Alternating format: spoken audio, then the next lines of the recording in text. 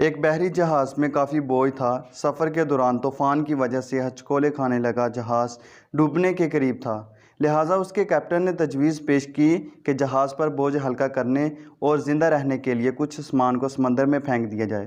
تو انہوں نے متفقہ طور پر اس بات پر اتفاق کیا کہ ایک سوداگر کا سارا سامان چھوڑ دیا جائے، کیونکہ یہ ڈوبنے سے بچنے کے لیے بہت ہوگا۔ جس تاجر کا سامان پھینکا جانا تھا اس نے اعتراض کیا کیوں اسی کا ہی سارا سامان پھینکا جائے، اور اس نے تجویز پیش کی کہ سارے تاجروں کے سامان میں سے تھوڑا تھوڑا پھینکا جائے تاکہ نقصان تمام لوگوں میں تقسیم ہو، نہ صرف ایک شخص متاثر ہو۔ تب باقی سارے تاجروں نے اس کے خلاف بغاوت کی، اور چونکہ وہ ایک نیا اور کمزور سوداگر تھا اس لیے انہوں نے اس کا سارا سامان سمندر میں پھینک دیا اور اپنا سفر جاری رکھا۔ جب وہ بیدار ہوا تو اسے معلوم ہوا کہ لہروں نے اسے کسی نامعلوم اور ویران جزیرے کے کنارے پر پھینک دیا ہے۔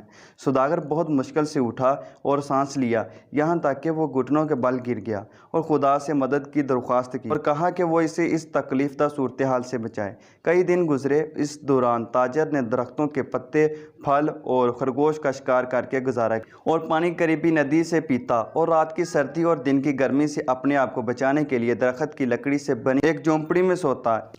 ایک دن جب تاجر اپنا کھانا بنا رہا تھا، تیز آندھی چل رہی تھی اور اس کے ساتھ لکڑی کی جلتی ہوئی لاٹھی اٹھ جاتی ہے اور اس کی لاپرواہی میں اس کی جھونپڑی میں آگ لگ جاتی ہے۔ لہٰذا اس نے آگ سے بچنے کی کوشش کی، لیکن وہ ایسا نہ کر سکا کیونکہ آگ نے پوری جھونپڑی کو اس کے ساتھ ہی بھسم کر دیا۔ یہاں سوداگر چیخنے لگا، کیوں رب، مجھے غلط طریقے سے سمندر میں پھینک دیا گیا اور میرا سارا سامان ضائع ہو گیا، اور اب تو یہ جھونپڑی جو بھی میرا گھر ہے جل گئی ہے اور میرے پاس اس دنیا میں کچھ نہیں بچا، اور میں اس جگہ پر اجنبی ہوں۔ یا اللہ، یہ ساری آفتیں مجھ پر ہی کیوں آتی ہیں؟ اور سوداگر غم سے بھوکا ہی رات کو سو گیا۔ لیکن صبح ایک حیرت انگیز واقعہ اس کا انتظار کر رہا تھا۔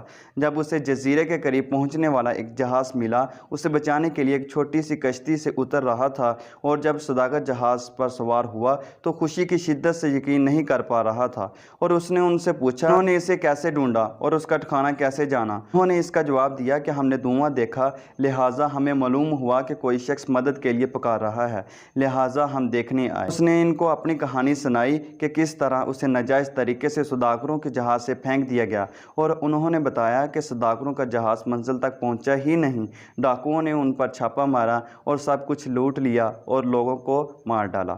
تو سوداگر روتے ہوئے سجدہ کرتا ہے اور کہتا ہے، یا اللہ، تمہارے سب کام اچھے ہیں۔ پاک ہے وہ رب جس نے قتل سے بچایا اور اس کے لیے بھلائی کا انتخاب کیا۔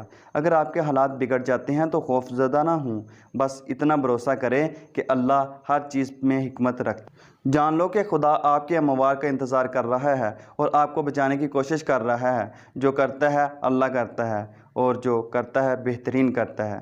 یہ ایک عربی کہاوت کا اردو میں ترجمہ تھا۔